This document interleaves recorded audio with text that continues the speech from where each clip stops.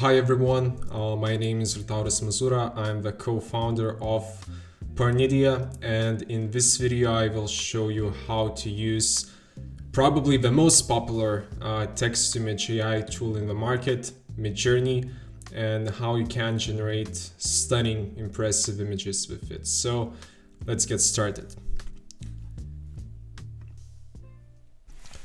So here is a quick course overview. We'll start by looking how Midjourney enables creative but non-technical people to produce art, how to start using Midjourney on Discord, what are prompt engineering and how to use it for stunning images, how you can produce art from your own images, what are parameters in Midjourney, why it's important to have iterative mindset when using such tools like Midjourney, what is upscaling and what is the difference between creative or subtle upscaling, what are the most common questions with Midjourney, and we're gonna also have a live session, how to use Midjourney for prototyping. And of course, I will share what are the best further learning materials to master the tool.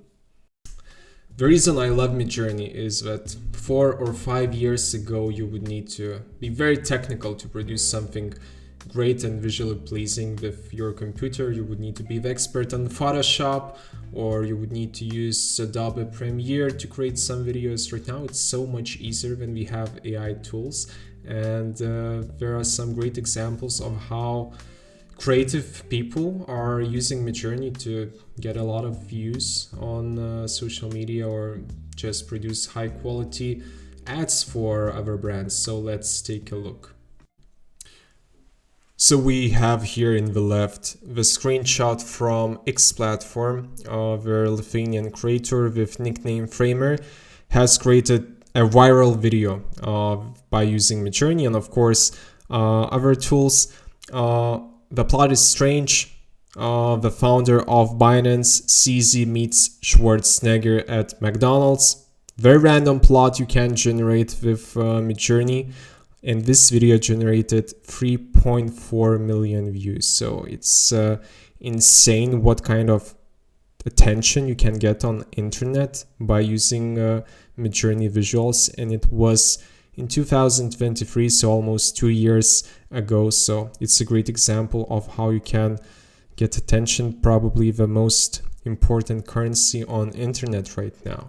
We also have another Lithuanian creator who is actually using Midjourney, of course, with other image to video tools to produce high quality ads. And I think it's also a good example of how you can use this tool professionally.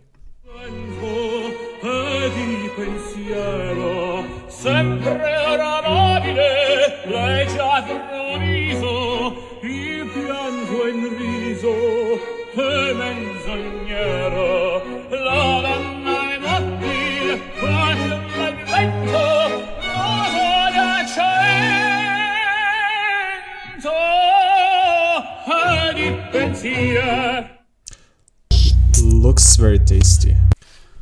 Another great thing about Midjourney is that you can generate consistent brand designs. So, for example, these are the images we're creating for our brand. We're using them in a website, we're using them in a pitch decks, other marketing materials.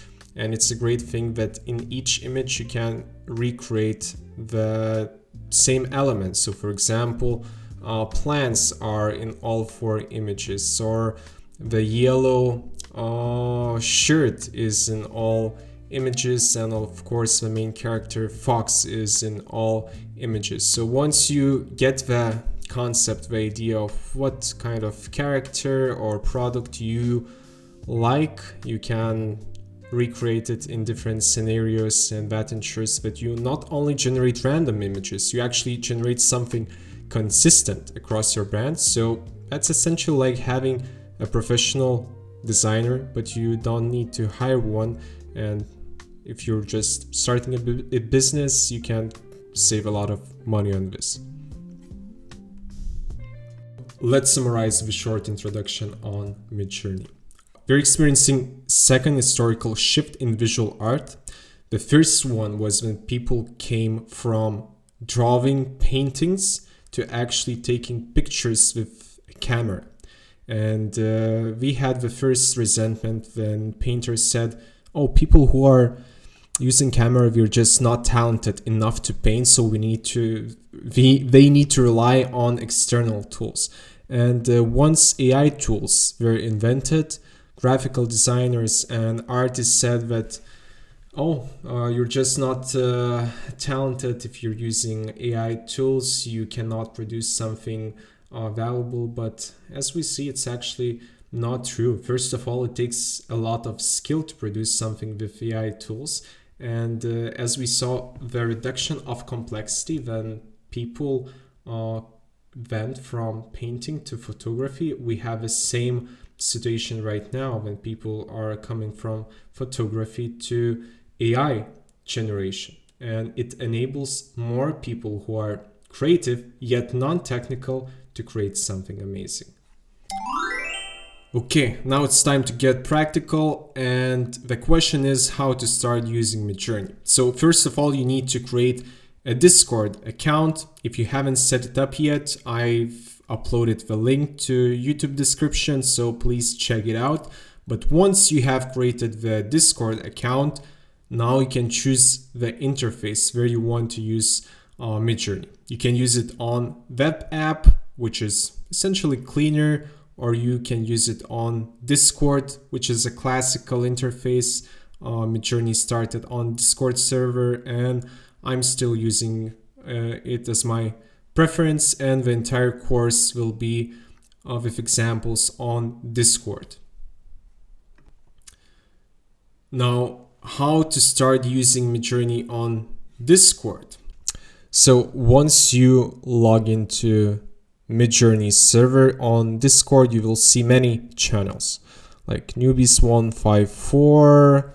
You can see some people are generating their images. You can see other newbie channel where you will also find examples of what people are generating. So these channels are great if you want to take some inspiration of how people are writing prompts to get the results. And the thing is, I will write the command right now, imagine, which is the main command you need to use in Midjourney. I can create, let's say, a cat standing in the middle of the sea while, let's say, with sunglasses. Yeah, let's write the simple prompt. The problem is other people will be able to see what I'm generating as well. So if you want to generate something private, I will show you a way how to do it. Yeah, so we have a cat standing in the middle of the sea, our first prompt on Discord, but let's start to use it privately. To do so, you need to click here, add a server, create my own, click for me and my friends, name it as you want. So I will just say Midjourney server X. Let's create it. And you need to go back to Midjourney, and you have Midjourney bot. So click on it. Now you need to open app, and what you need to do, you need to click on these three dots, click add app, and add it to your server here. So select the Midjourney server X in my case, click continue. All check marks need to be marked as yes. Click authorize, make sure you're human, and that's it. You set up your channel, and now each time you will generate the prompt, a dog swimming in the sea. Let's say right now nobody will be able to see what you're creating, so that's the best ways to start generating images, to just make sure it's private. Use public channels for inspiration, but use private ones for your own art. Now it's time for the most important part of this course, prompt engineering. So you're probably using ChatGPT and you know how much impact it has if you're writing a well-crafted prompt and if you're writing a bad prompt with no efforts. There is a huge difference in Midjourney as well. Just to clarify, prompt is your message to Midjourney, and the quality of your prompt directly determines the quality of your generated images. So there are different parameters we will go through, but the first one is prompt's length. Midjourney itself says that short prompts usually generate better images than long prompts. That's not always the case. That's a good rule of thumb to try to write it as short as possible with as specific keywords as possible. But let's take a look to specific examples. So we are on Midjourney, and right now I will generate a prompt of, let's say, cozy wooden rustic cabin in mountains, right? Very short prompt.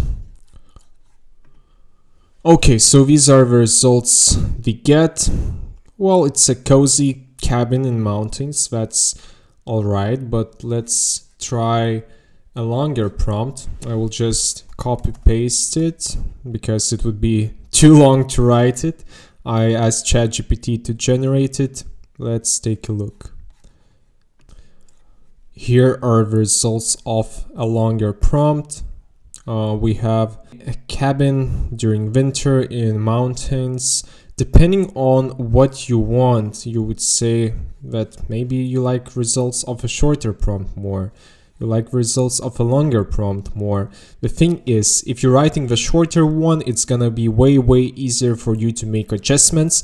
If you're writing a long one, well, it's gonna take a lot of time to just test different versions. But if you need to generate a lot of images in short period of time, using ChatGPT to generate these kind of prompts, it's probably a good strategy. The second aspect of prompt is its specificity, and the more specific the prompt is, the better.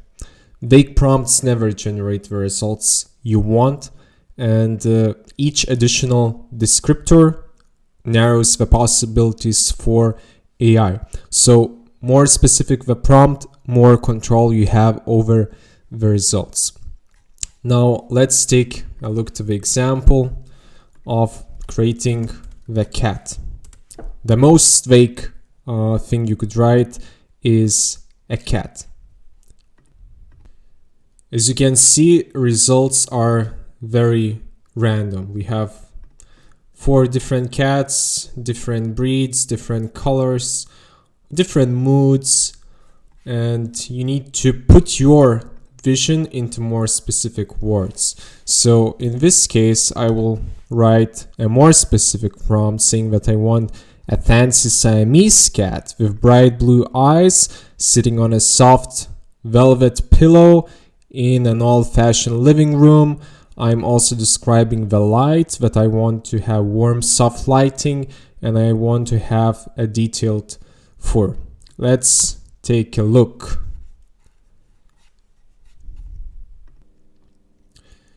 As you can see, the results of this more specific prompts are way better. The more specific the idea you get, the better. You just need to find the right words to describe it. I have a Siamese cat. That's great. I have blue eyes as I wanted. That's great. We have a soft cushion as well. That's great. So as you can see, it's way better than the first generation, which was very random. Midjourney had too many options how you can interpret the cat. But once you specify and add more details, Midjourney is essentially limited to your imagination, and that's a good thing. Limitation in this case is a good thing. There's also a common mistake with plural words. So, for example, if you're saying cats for Midjourney, it will leave too much space for interpretation and you're not sure how many cats you're gonna get in the image. So it's way better to use a very specific number like 3 cats, 5 cats, or 6 cats. So we had some examples with cats. Let's move to another animal and say wolves attacking a human during night. And right now we have many wolves attacking a human, different scenarios. Right now, let's say 3 wolves attacking a human during night, and we will see if Midjourney is able to generate a more specific number of animals. Here are the results. As we can see, first image has 3 wolves, second has 2, third has 3, fourth has 4. That's a very common thing with Midjourney. Not all generations will have the exact number, but at least 2 out of 4 had the number 3. So that's good. Of course, we don't see a person who's being attacked. So in this case, we would need to tweak a prompt a bit to also include a human in the image. But the idea of this generation is to illustrate that if you want to get a specific number, please write a specific word, 2, 3, 4, or whatever. Let's talk about using stylistic references in Midjourney. Technically, you could describe every artistic detail from scratch. Let's say you want to create the image of 90s party. You could mention specific details of fashion. You could mention specific details of interior design, but it takes many keywords. It's way better and more efficient to mention the historical, stylistic, or other references to provide dense context for Midjourney. It's like communicating the entire aesthetic package. So let's go to Midjourney, and right now I will show you what will happen when we generate the image of just a simple grandma with hippie shirt smoking a cigar in a classroom. Here are the results. We see the hippie shirt, we see the cigar, we see a grandma. That's good, but let's make it even better. I will ask Midjourney to generate this grandma in Dan Hip style. These are way more unique results and more unique style. Let's try to apply another one. Right now we have Grandma by Pong style. Also very different generation from what we had initially. Let's try another one. Style applied by Max Fleischer.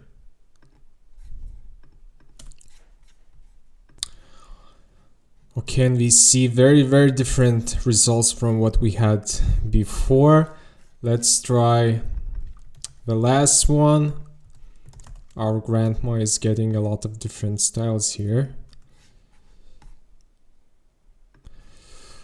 And we have here Hans Holbein the Elder's painting.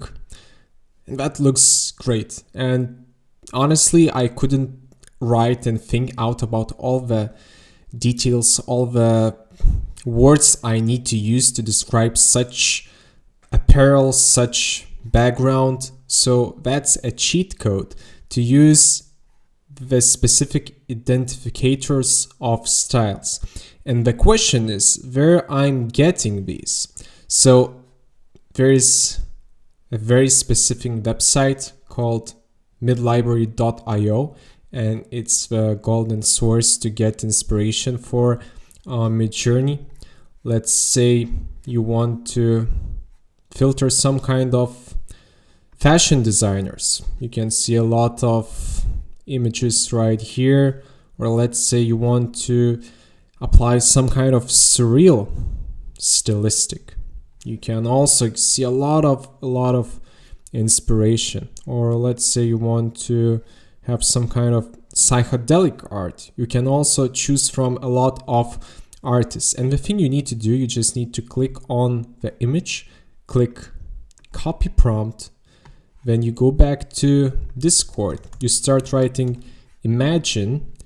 You copy the right part of your prompt, so it would be coherent, and you will get also some kind of different result. Yeah, that looks lit. So what I want to communicate here is a lot of people are facing the problem that you don't even imagine what kind of stylistic references exist. So just use midlibrary.io to get inspiration, and your creations on Midjourney will be very, very unique. Now, to always generate the great results, you can rely on golden structure of the prompt. These are the things you need to think about when you're creating the image. So there are always three core elements. The first one is subject, what or who is in the image.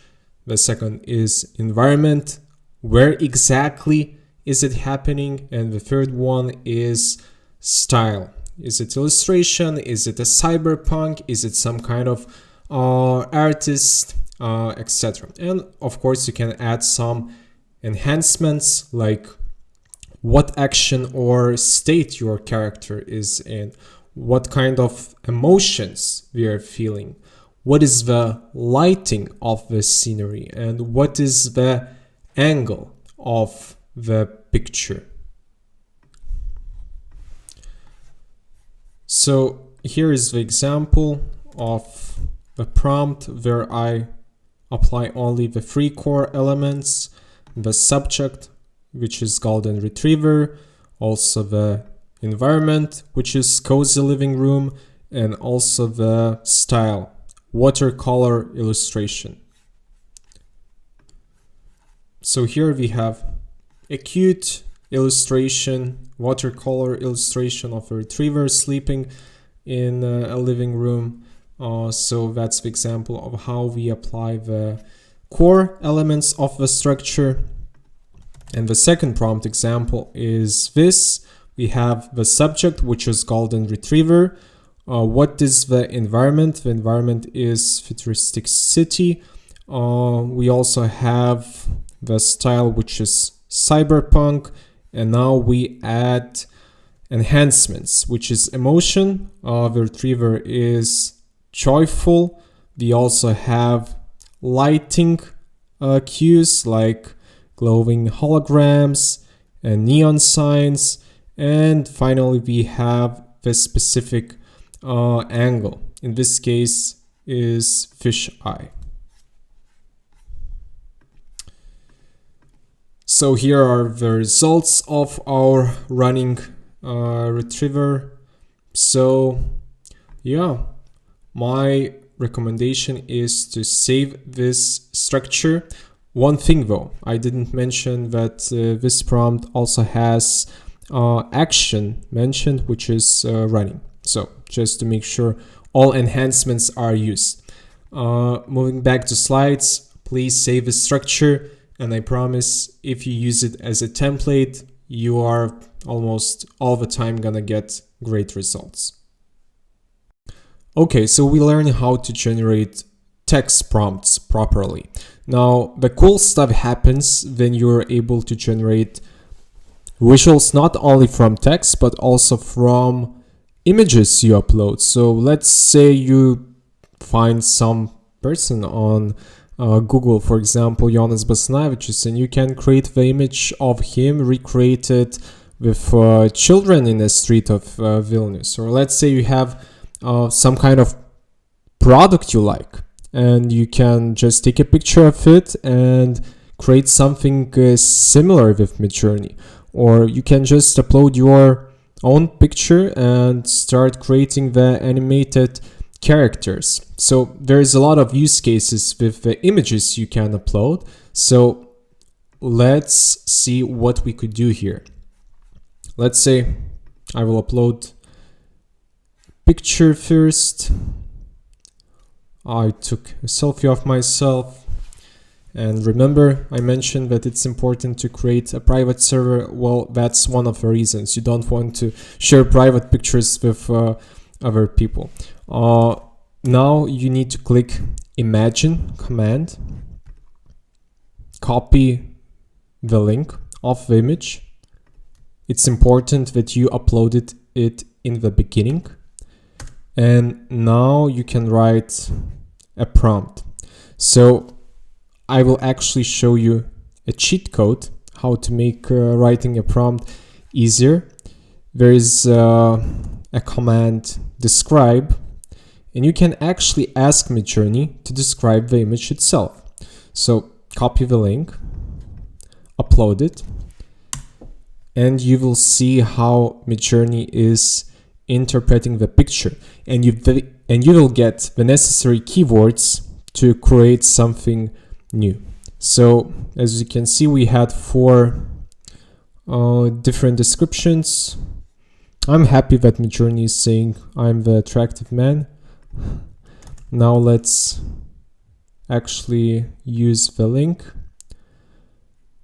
copy the link, upload it here, and I can use, let's say, this one, description.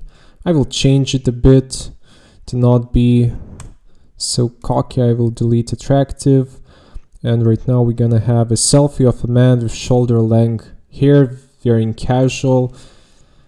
I would say casual, light brown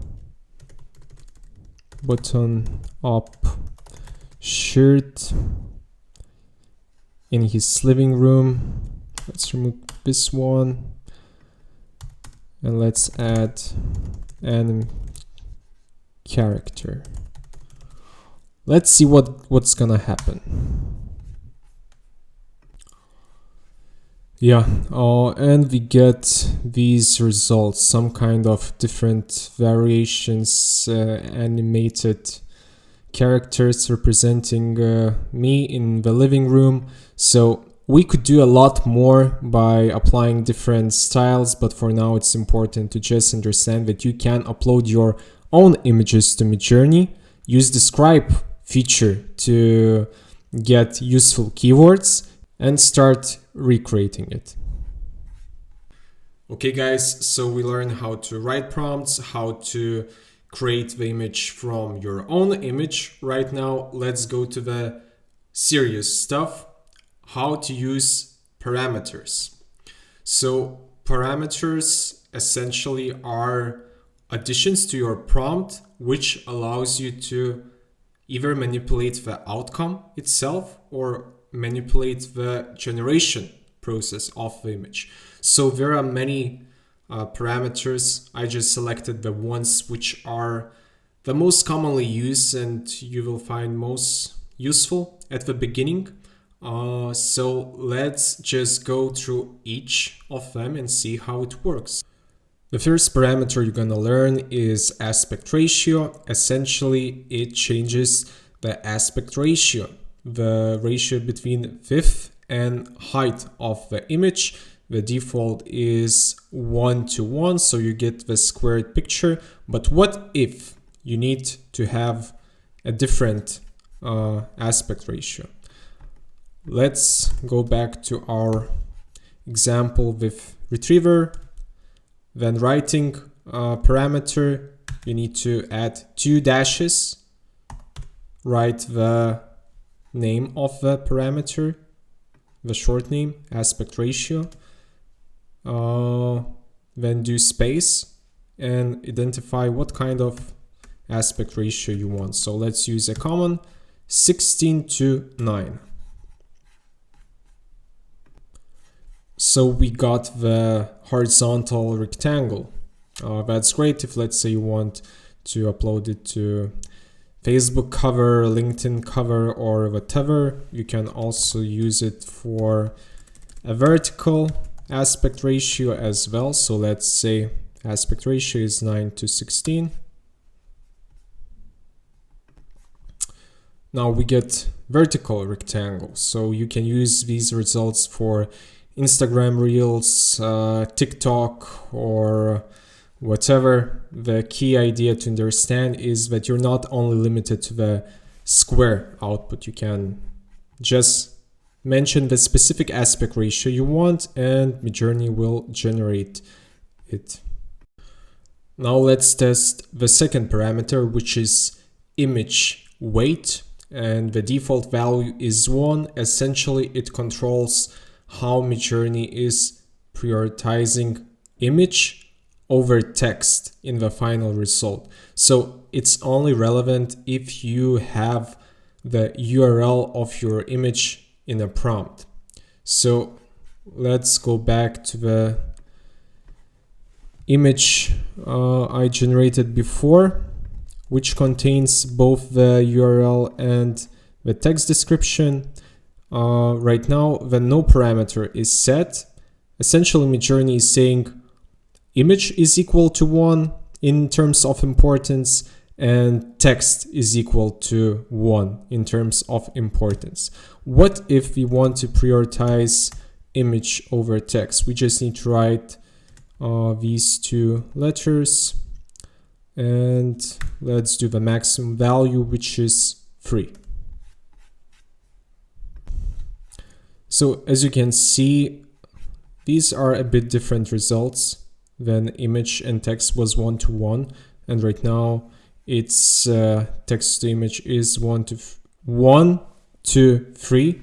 So yeah, it's different. I not necessarily like it more, but we can test different value of this not aspect ratio, image weight ratio. Let's do it 0.5.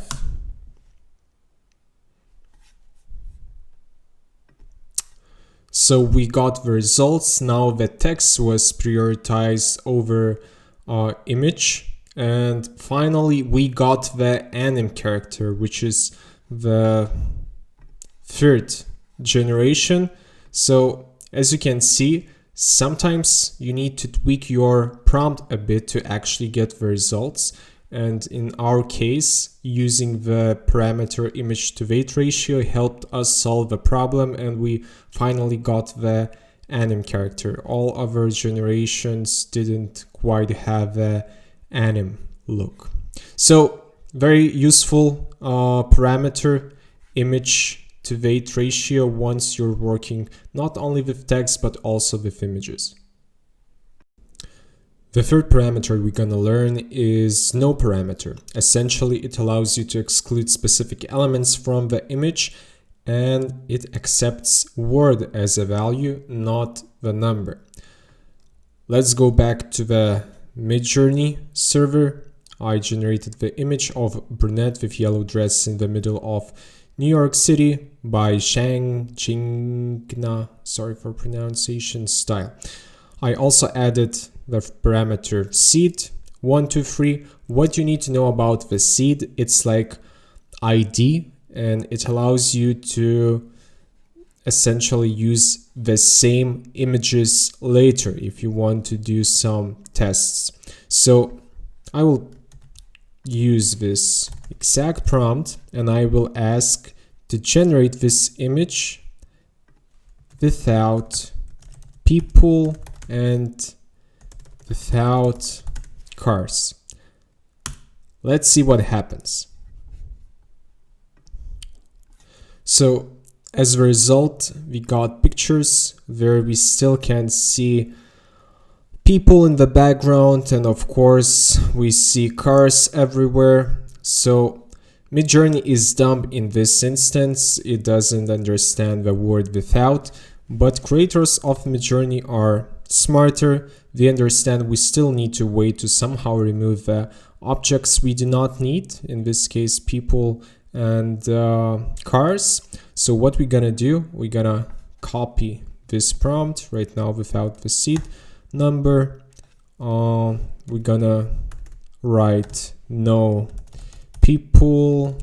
You can actually write not only a single word, you can write multiple words what you want to exclude. So we want to exclude people, cars, taxis, vehicles, and pedestrian walks.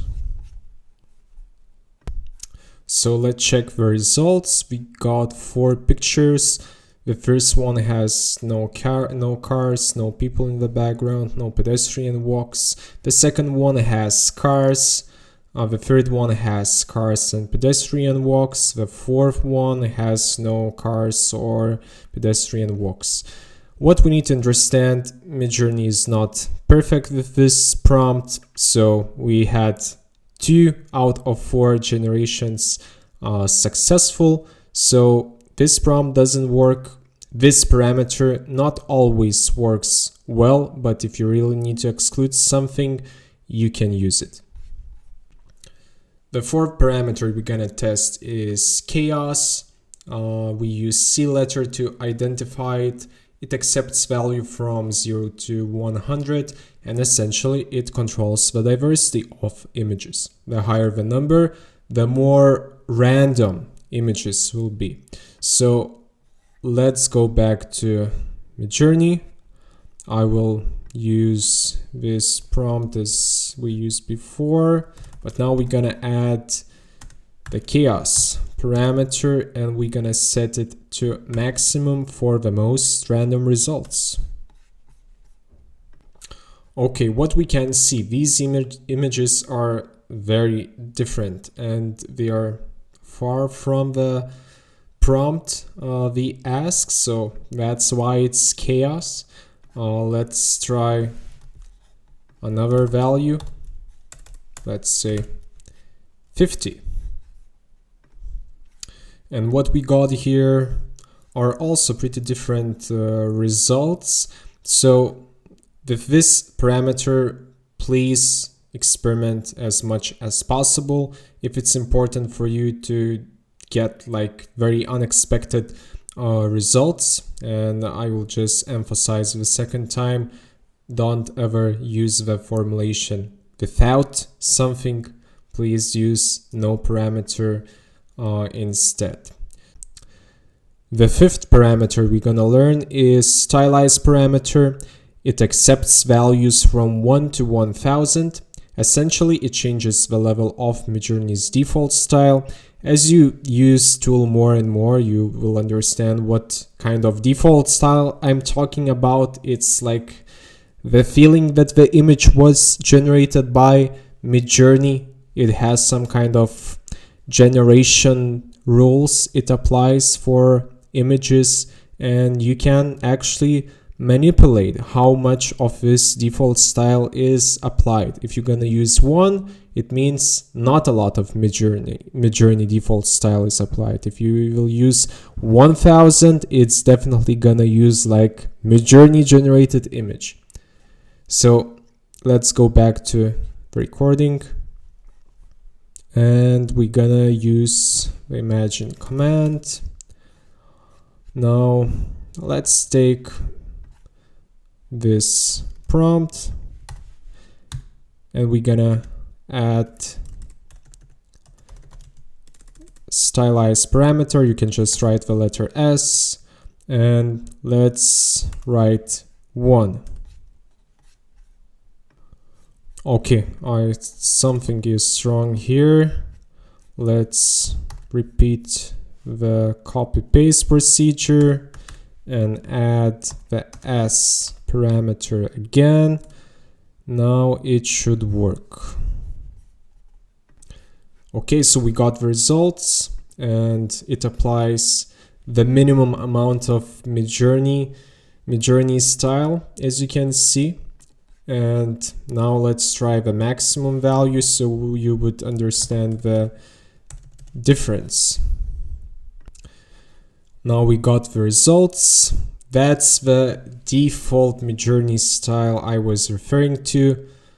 it's too beautiful to be true. That's probably a good description of this style. So if you always want to get similar results of people who are definitely not looking real, you can set style to 1000, but you might find the use case for this as well. The next parameter is style reference, SREF. Essentially, it applies the look and feel from another image to the image you want to generate. And it can accept both the URL of the image you have uploaded before to Discord, or it can also accept the code of the image you like. So let's go back to our grandma. I will copy paste this prompt. Let's write the command imagine, and now let's go back to Midlibrary. And right here you see the section sref codes. These are essentially the codes of styles you can use in your own image generation. So let's put our grandma to neon futuristic vision style. I'm copying the sReference code and writing the parameter sref and fixing this one and starting to generate. Now we got the results right. I'm checking this picture, checking the style, checking the picture, checking the style. Well, it definitely has some color palette applied, but it's not entirely this style. So in this case, we will need to use the last parameter, which is called weight of style reference. And it has the short name of SW. It can accept the values from 0 to 1000, and it controls the strength of the style reference. Default value is 100, so the higher the number, the more stylistic impact we're gonna have from the style reference. So let's right now copy this prompt and generate another one with parameter style weight set to maximum 1000. Okay, let's do quick troubleshooting. As reference parameter is good. Style weight parameter is set to 1000. Okay. So two things. First of all, don't use commas between parameters because you're gonna get the error.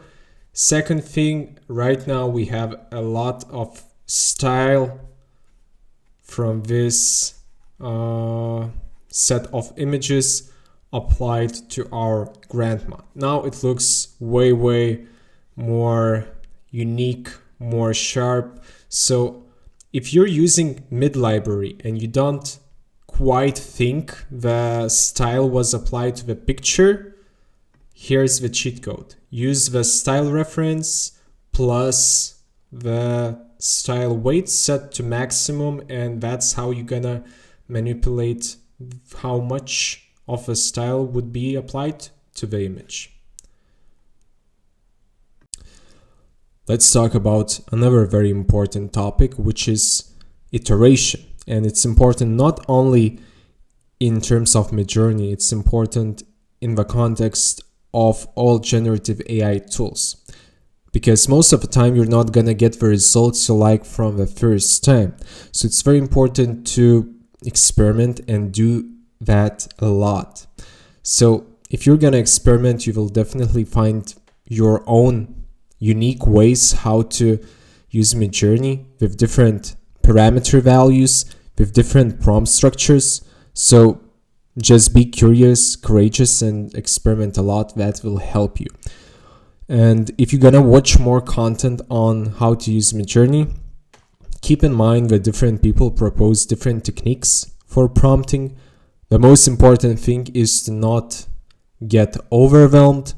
Just rely on your own judgment and taste, and you will be fine. And usually great results require multiple iterations. So let's take a look to very specific techniques on Midjourney. First of all is tweaking the prompt. You can tweak the prompt by changing the text. So for example, you can use different synonyms. If you don't like the result, instead of huge, you can use the word enormous or massive, and in some instances it will generate better results. If you're changing parameter values, that also has impact on the final output. And of course, if you're using image and you don't like the result, you can use a different source image. Now let's take a look to the multi-prompting technique. So what is multi-prompting? Essentially, it's dividing a prompt to a few different parts by importance. How to do it? So let's say we have the prompt we used before about the golden retriever, and we can, let's say, put double sign right here. And right now, Midjourney will think that this is prompt number 1 and this is prompt number 2. And you have the importance value of 1 if you will not write anything after any number after 2 signs. But let's say you want to divide this prompt into 3 parts. And right now we have a first part right here, the second part right here, and the third part right here. So maybe the problem is that the prompt before didn't quite depict the fisheye lens. So you can give more importance to this specific part of a prompt by adding number, let's say 3.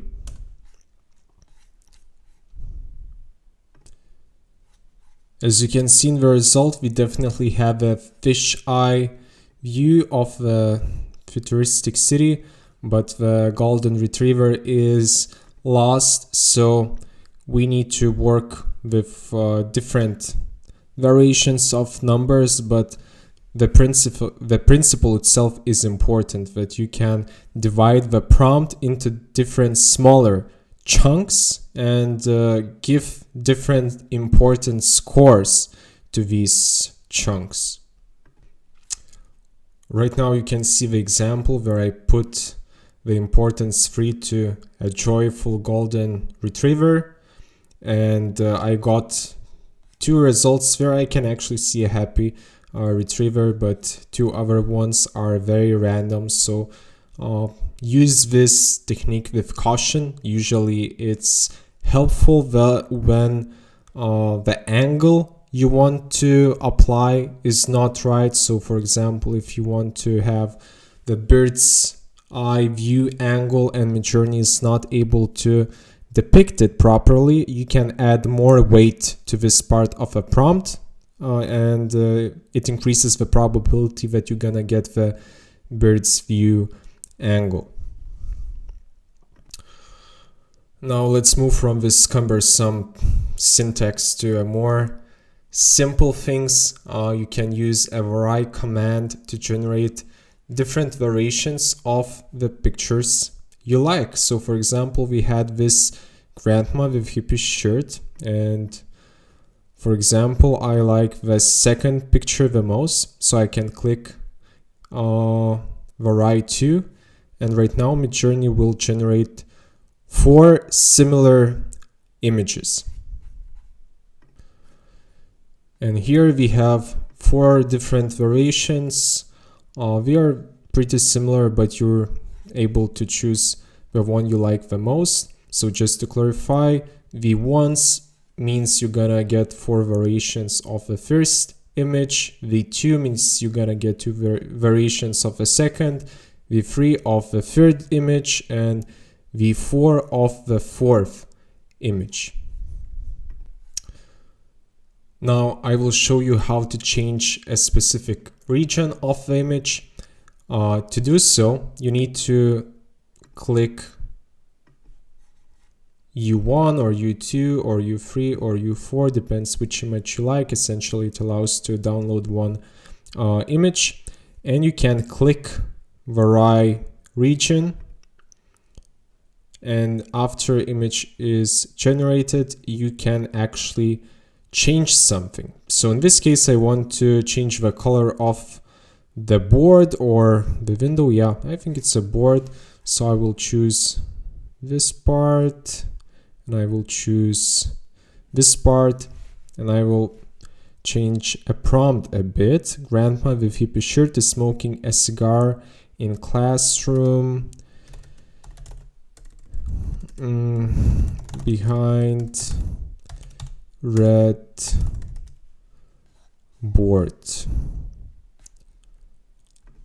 Let's do this one. So we got 4 different variations. Right now I can see the red board, but the face is distorted a bit. What we can try to do right now, we can also click Vary Region and change our prompt a bit by saying not the red board, but just adding comma, red board in the background. Let's see how it will work. Now it looks a bit better. I still can see that face was distorted. The reason for this is that I have selected the part of the face, so Midjourney is also changing the face part, not only the yellow board. To avoid such distortion, we can click go back, and we, for example, can select smaller parts of this image. Of course, it's gonna take us a bit more time. So it takes more time to fix everything, but let's check what results we're gonna get once the hair and face of grandma is not selected. And these are the results we get. So right now the face is not distorted. That's a good thing. We can see probably the second version has the most red elements. Midjourney decided to add some random elements on the board. Depending on your taste, it might be good, it might be bad, but this series of experimentation is a real example that it doesn't work from the first time. You need to try different techniques, and maybe you're gonna create the image you like. So yeah, let's see what kind of other iteration tools we can use. There is the expand the image tool. So once you have one image ready, you can see there is arrows left, right, up and down. So if you're gonna click left, Midjourney will imagine what is in the left part of this image. So more content will be added leftwards, and we can see the results. I think the third one looks the best for now. So I can extend as much as I want. So for example, let's try to extend the image up. And right now we get crazy results by extending up. I really love the third version. More cosmic, strange elements are added to the picture, and it leads us to the final possibility of how we can iterate. We can iterate by zooming out. So if I want to zoom out by 2 times, I can just click that and we'll see the image how it looks by 2 times further distance. Okay, let's see what we got. So these look pretty nice. I like the 4th version the most. And we have a cool grandma in a cyberpunk-like classroom. So with these different iteration techniques, we came from this image to this image. That's pretty cool. And once you actually generated the image you like, you can do the upscaling. So upscaling is essentially doubling the size of your image. The default is 1024 pixels, and you can just increase the resolution, increase the quality of the picture to 2048 if you want to use it somewhere in marketing materials in your designs. So Midjourney has 2 kinds of upscaling options. There is the creative upscaler, which will change your image a bit by adding new details, or you can use the subtle upscaler that will keep changes to the absolute minimum. So let's say I will upscale this image in a subtle way, and I will upscale this image in the creative way. So the upscaling is done. As you can see, this is the result of subtle upscaling, and this is the result of creative upscaling. From the first sight, there is not a huge difference, although I can see there are more details added to a face. Usually very clear differences are visible if you're generating a picture of close-up shot of a person. So depending on your taste, you might want to download the creative upscaling, but in most cases subtle will do just fine. So the next step you need to do is just to click save image and actually save it to your computer so you could use it somewhere else. Okay, now let's answer the most common asked questions. Who owns the copyright of the image?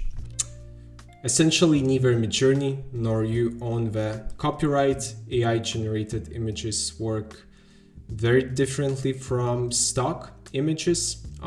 It lacks human authorship, so it's not attributed to you, even though you generate the image. You can still use it for personal projects and for commercial projects, but just keep in mind that this copyright is not attributed to anyone. Now, what content I cannot create with Midjourney? No pornography, no blood-related content, and essentially nothing related to violence. So I will upload the list of the banned words so you would be aware of what it's not possible to generate. What Midjourney is bad at? A few things. Sometimes it generates 6 or 7 fingers. It was the issue a year ago. Right now it's fixed in the majority of cases, but you can get distorted human fingers. Another thing is it's not very precise. As you probably saw from this course, the prompt itself can be specific, but Midjourney will still has its own way of interpreting things, so it's not the most accurate text-to-image tool, and it works still pretty terrible with text requests. If you will ask to add text human or to add the name of the company, it will mess up the letters. So yeah, that's probably the biggest limitation. Is there a better text to image tool than Midjourney? I tested a lot. I would say Midjourney still stands as the best tool, but if you want to generate accurate text, there's actually the tool named flux-ai.io. It can generate very accurate text with very similar quality to Midjourney. How to create videos out of my images.